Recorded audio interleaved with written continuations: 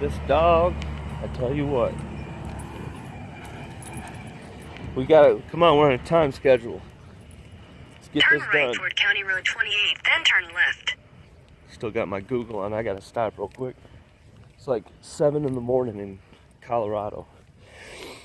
Go potty, In you're gonna 400 whine for feet, 10-20 minutes. turn right. Let's see that. Hey, you've been whining, so let's get it done. Good girl.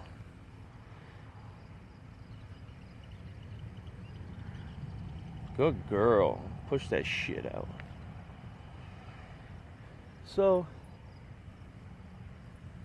you good? Hey. Hey. Luna? Luna. You ready to roll? We got delivery. Headed to Denver. Like 2.5 hours away. Turn right And my onto County delivery's Road like 28. in 3 hours, so I got about a half hour to spare. Head southwest on County Road 28. Quick Continue detour on at County this Road 28 for 8 Colorado miles. rest stop. Turn left toward Hey. County Road 28. Luna? Hey. Come here. In the truck. Go. Go. Go.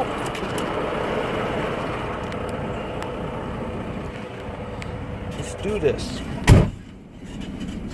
So, come here. We gotta go. We gotta roll. We gotta rock and roll. We ain't got time for no bullshit. What? What are you doing?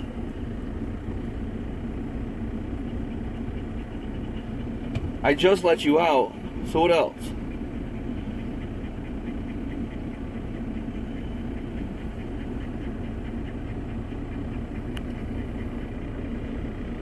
Luna? I tell you what. So, let me grab. So I'll make that video pretty quick, in about probably 2 hours. I gotta make it to this first delivery. When I'm waiting, I'll get it ready. So all right, I'll get back with you here in a second. Luna, I'll get back with you. Hey, so owner-operator startup pack. Still got my allergies, so. But first thing is disclaimer. This is my disclaimer. What I'm about to tell you isn't gonna guarantee success.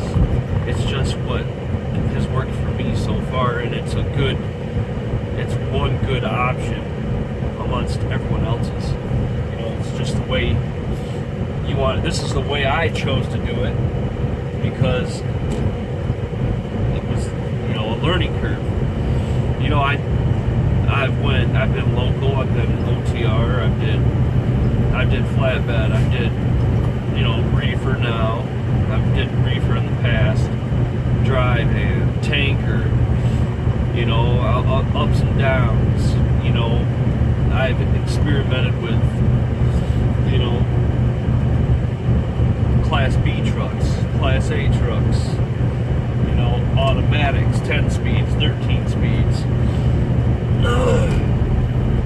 trials and tribulations, and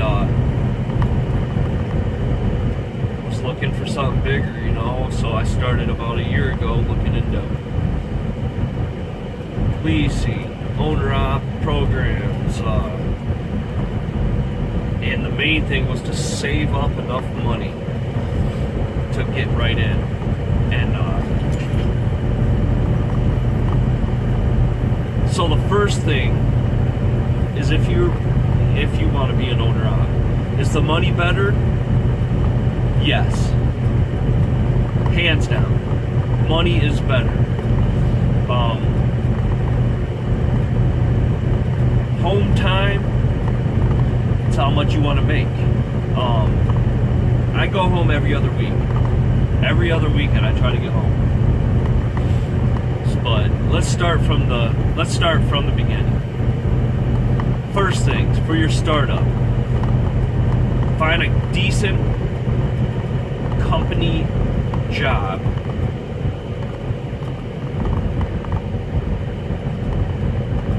With the option that they have a lease program, but a lot of those lease programs you're gonna pay.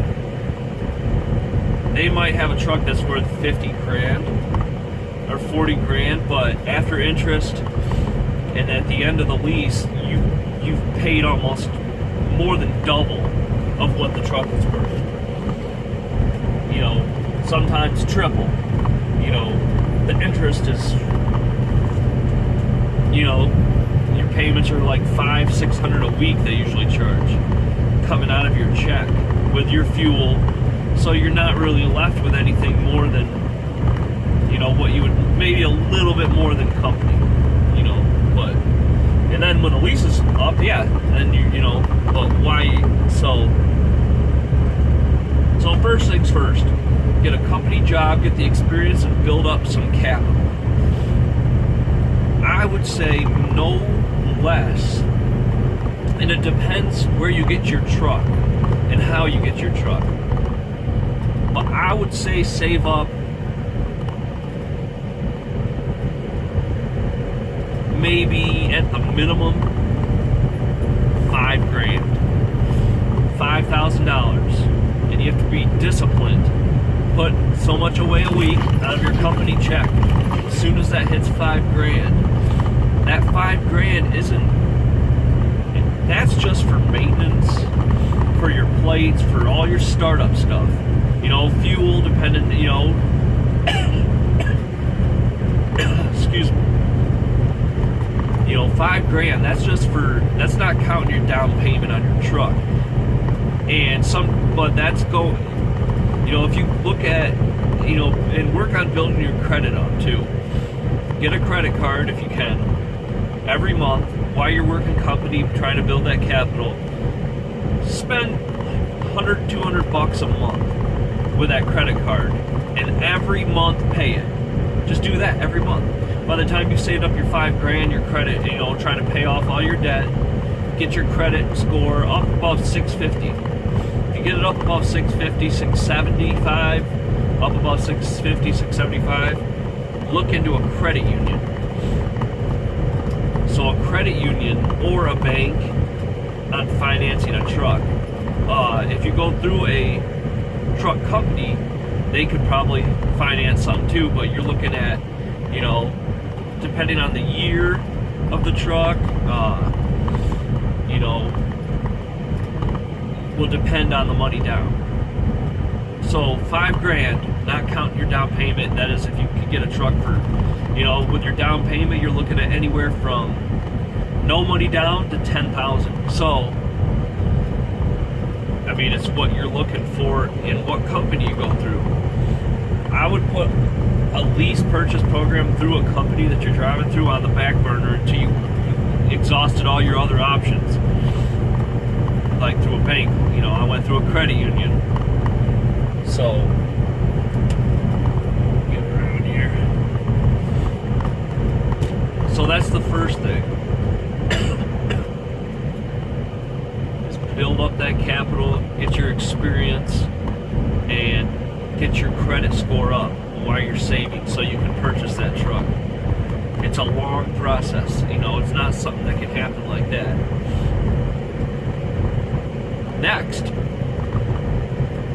while you're working, you know, even if it's just any random company to build your credit and get all that stuff, then you're going to want to look into what company, how you want to run.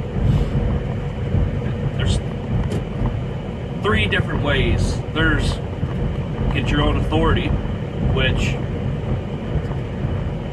I'm not, it's, to me, I'll get into that a little bit more, why I haven't did it. But, so get your own authority, lease on with a company, and then lease on with a company where you're picking your own freight. So you have your own authority, which, you know, you get your own, your own authority. You broker your own load, your own freight. I mean, from what I've heard about it, the money's better, but you could wait.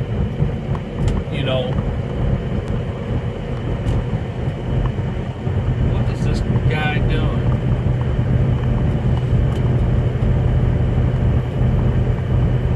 So with your own authority, you might wait 30 days to get paid, because a lot of companies, they're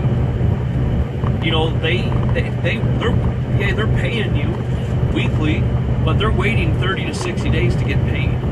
So, and then there's a bunch of issues with freight. Unless you actually go out and get your own customers where that you have contracts set up, it's not really worth it. Running load boards under your own authority. Now the broker on the load boards is getting a percentage, so basically you're working for a percentage. I mean, so, and then on top of it, having your own authority, you have to have a trailer, you have to have cargo insurance. You don't have any company to back you. You have to get your own insurance. It's going to be higher because it's not through a company that's had the same insurance and has a relationship with these insurance companies. So there's a bunch of options to look at with your own authority. I mean, to me, it's a headache. So with your own authority, there's just so much involved in it. But if that's what you like, that's what you like. Then there's leasing on with a company to pick your own freight. Now, some of the companies that I've looked at that you can pick your own freight, there's Chris Malone Flatbed. They average over, it's a percentage. I think you get 75% or 80% of the line haul, and you got a fuel surcharge. Most of their loads average out after the percentage over $2 a mile, but that's flatbed. It should be a lot higher, but those guys are bringing in pretty good money, and they pick their own freight. Chris Malone Flatbed, Roadrunner, get your hazmat. It's allowed all dry van. Landstar, Schneider Choice. I mean, the list. There's a good list of picking your own freight. The advantages with the pick your own freight lease onto a company is you don't have the headache of having to worry about waiting 30 to 60 days to get paid if you had your own authority. It's through a company, but you're getting a percentage. They hook you up with insurance, they hook you up with plate. Some have trailer rental, some don't. That's the whole thing, But your independence on being able to pick your lanes where you want to run. And it's like, that's how that works. And there is a lot of advantages with it being able to run your own, pick your own freight. And, they run 48 states, so, it's winter time, and I want to run in the warm weather. I'm not trying to run in this slush, in this ice. So you pick your lanes where you want to run. And they got load boards. Their own load boards. You pick it where you want. Some of the guys I've talked to with those companies say it's hard because sometimes you might pick one, and it's best to pick them a week ahead. That way, how you run, you know where you can get to. So you wait to the future, you pick the week ahead or whatever, or pick your loads for the whole week so you don't get screwed out of them. And you get them done, you send in your paperwork, transflow it or whatever, however they do it. You get paid because you're leased on with a company, so you're getting paid. Some companies pay you 2 times a week, and it's when your load's done. As soon as the load's finished, you send it in, transflow or however they do it, and you get paid on that settlement. Then there's lease on with a company where they pick your freight. But that's where I'm at right now, you know. They pick my freight. So, but I have no headache with that. You know, there's been some weeks where I've had to wait around, but for the most part, they know I want to run. You know, yeah, I want to be home every other week, every other weekend right now. You know, so yeah, they keep me running. You know, for the most part. You know, I'm averaging 4 loads a week, sometimes 3, depending. You know, but I mean, I've had weeks where I've had 5 loads. You know, and the check was pretty damn good. Percentage based, 73% is what I'm getting right now. It's all, you know, reefer trailers. So, you know, that's the other thing is you got to know what company you want, how you want to run. You know, and you don't want to flip flop. So once you make this choice, you want to make sure it's exactly what you want. So that's step 2 is finding that company after you get your experience, build your credit up, build a little bit of capital. You want to know how you want to run. Do you want to be more independent, pick your own freight? Do you want a company to handle all your loads so they you know, they have all their customers? You're getting a percentage just like the rest of them. The other companies where you're picking your own freight, you're getting a percentage too. So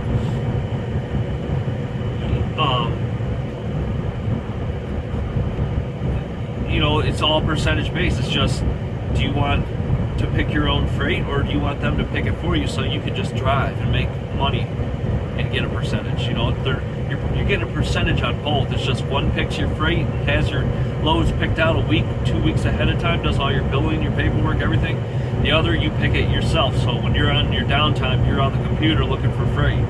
You know, instead of kicking back, relaxing, but you know, that's your other option. And then, you know, once, you know, that's pretty much what you're looking at. You know, you want to find how, if you want to lease a truck, if you want to buy a truck, where you want to go through, you have to have everything set up. You know, you're looking at, to be an owner-operator, this is what you're looking forward to. Everyone thinks, oh yeah, owner-operator is so great. It is good. It's good, but if you don't run over the weekend, you're gonna lose. For instance, if I go home on a Friday and I head out on Monday, I would lose at least 1, maybe 2 loads. Usually 1, because let's say I pick up in, let's say, Ohio, right? On Friday, and it delivers Monday in Colorado. You know, 800-900 miles at $3 a mile, let's say. Or we'll say we'll just say $2 a mile, $2.50 a mile, or whatever, $2 a mile. No, that's $2,000, we'll say. From there to there, that you just lost over the weekend. So at 73% plus the fuel surcharge, you know, to you, not counting fuel, you know, we'll say $1,500 you just lost you just lost a $1,500 run over the weekend. You know, if it's $3 a mile, you know, you just lost $2,200 or whatever. You know, so yeah, when you go home, you're losing $1,000 or $2,000, and after percentage. And then, so that's what you want to look at too. If you want a truck that you can be comfortable in, because there's going to be you know, in the wintertime, it's summer. I enjoy going out fishing. So yeah, summertime, you know, I want to be home every other weekend. Wintertime, you know, probably going to stay out a little more. There ain't really shit to do at home, you know. It's Michigan. Play in the snow and shit. I mean, good. It's cold. You know, I'd rather be making money, you know. maybe 3 weeks at a time, you know. It's good to get home. It changes it up. You don't get so burnt out. And so that's one thing, you know. You want a truck, look at a truck that's going to be comfortable for you, that you can live in for, you know, 3 weeks to a month at a time, you know, depending on how much money you want to make. And your truck payment's going to have a huge factor in how much you're going to run. You know, my truck payment, 2013 Volvo, $1,100 a month. My interest was almost nothing, you know, no money down. So my situation is different than someone that got a brand new Peterbilt and is paying $3,500 a month or whatever. You know, them guys got to stay out because, you know, they didn't look into what they wanted, you know. Well, they looked into what they wanted. They just want to pay out the ass for it, which $4,000 a month for a truck ain't really worth it for me, you know. Get some, you know, get something a little older, used, has a little miles on it, that was, you know, from a reliable company, and, you know, be able to have a little bit more free time, and you don't have to really kill yourself that much to be able to just make that truck, because some guys are running one whole week, you know, just for their truck payment. Sometimes a week and a couple days, you know. I run one day, one run covers my truck payment, you know. One run in a month. One run. I'm getting 4 runs a week. Just one run covers my truck payment, you know. So you got, it's just how, you know, how you want to run. And you know, so yeah, then you want a comfortable truck. The other thing is, hold on.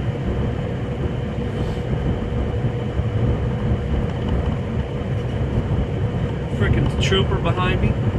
Got my cruise set for 70. He's just playing games. Oh well. It's 75 here. But so yeah. Find a comfortable truck, get, you know, find, you know, how you want to, depending on how you run, you want your truck to be a certain style or whatever. And look at all your options with payments and stuff. So, but yeah, to be an owner op, not, you know, there's your truck. Then you're looking at fuel. You're paying fuel. DEF, you're paying your diesel exhaust fluid. You're paying for that.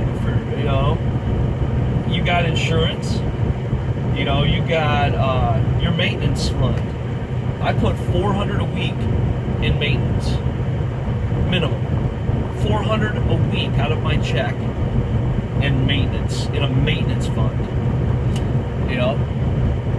And then on top of that, you got to put taxes away because you're 1099, buddy. 1099. So I try to put, you know, $500 a week into a separate accounts. You know, so just there, I got, let's say $1,000 a week out of my check is going into an account for maintenance and taxes.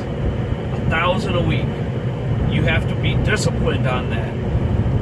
And then every quarter you better be putting in money, federal and state, federal and state. And then at the end of the year, when you do your taxes, you know, you gotta look, you know, there's a lot of write-offs. But with the IRS, you don't wanna, I'm gonna make another video on that, tax write-offs, because I'm still learning that game. So I'll get into that, but there are some write-offs. I'll come out with a video on the tax, you know, taxes for owner-operators, you know, and what you should and should not do, because some truckers screw themselves. Yeah, some of y'all know what I'm talking. Y'all know.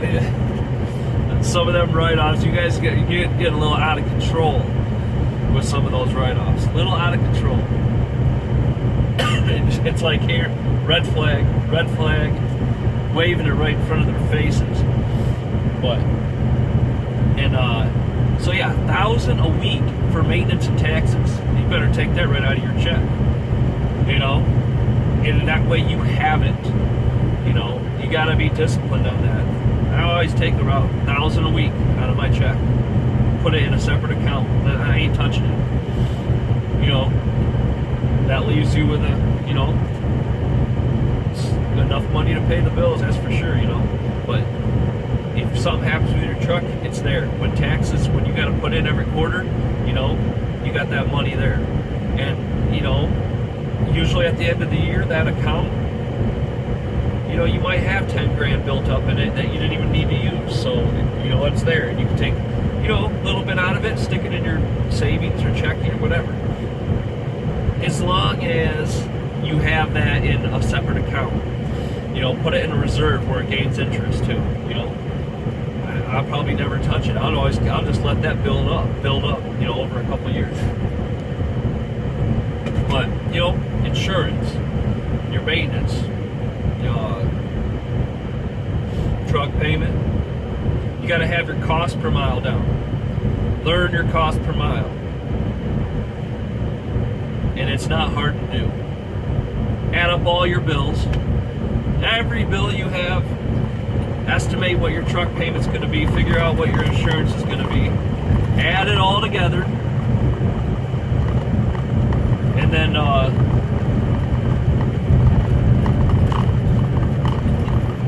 you know, spread it out over a 1 week period or a 2 week period or a 4 week period. Go by the month if you have to. You know, do a little multiplication, a little subtraction, a little division. Get your cost per mile, you know, with your fuel, how much fuel you're going to use, your insurance, your truck payment, your escrow, your maintenance. Get everything together, add it up, and figure out what your cost per mile is per day. Your cost per mile is based off an average of whatever, 2,500 miles, 3,000 miles, whatever I would go 2,500 miles, you know, based off 2,500 miles a week, percentage based, you know, depending on what company you want to go through, and get your cost per mile down. That way, even with your house payment, everything, know what your cost per mile is. So your bottom line on to the truck, how to get to the truck and bills, what it's going to take, what you need, you know. Cost per mile, you have to know it, and you have to be disciplined on what you put away. And so it's, you know, yeah, the money's better, but there's so much involved in being an owner-operator because you have to know the whole game. I'm still learning, but you know, your truck breaks down,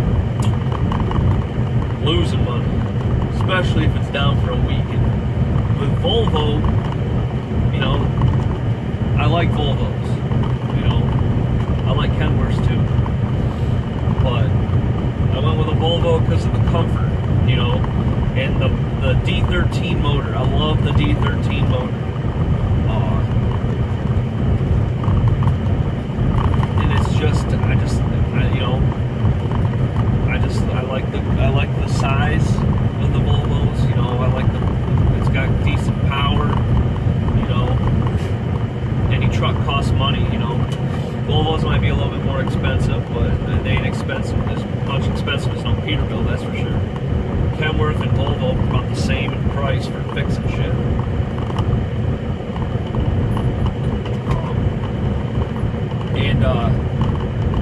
Yeah, so there's like so much to look into. You want to be disciplined on what you're putting away.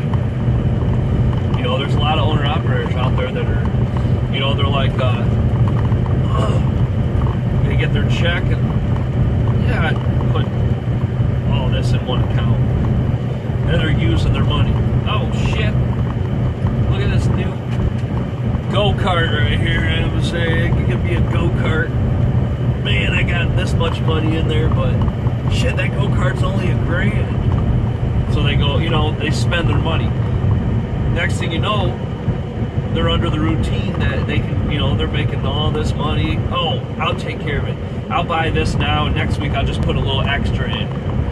No, they don't. same thing every week. They're not prepared, unprepared, and then something goes wrong, and yeah, they throw their whole game off, you know. So it's you got to take it extremely serious, and you know, those are just some startup tips that you if you know you're looking into it, you got to know exactly what you want. You know, it can be you know, it's whatever you want. It's air conditioner. There, kick the back of it. And so yeah, guys, some of the startup tips, you know, that I can, you know, put out there for you. That's what it's about, you know. Preparation, research, taking it serious, disciplined on the money you put away. So it's a little bit of the owner-op startup that I can give you. I'll be coming out with some more videos. You know, don't forget to subscribe. You know, check out some of my other vids, and I'll get back with you guys. Just rolling here in Colorado right now, headed to Denver. It's Thursday, about you know, 8 o'clock. It's mountain time.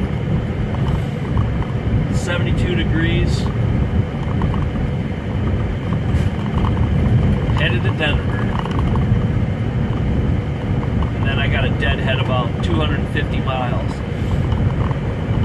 But the deadhead might be a little high. Most of my deadheads aren't that.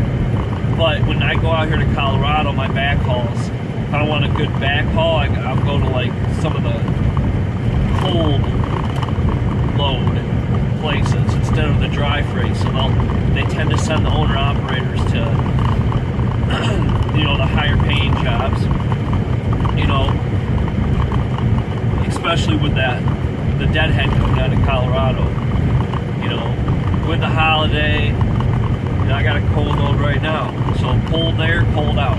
So good. I like the cold freight. Got to keep an eye on that reefer though. And so, all right, guys. It's a little bit what I can give you. Thanks for bearing with me while I slacked off for a month. Driving hard though. So, all right, guys.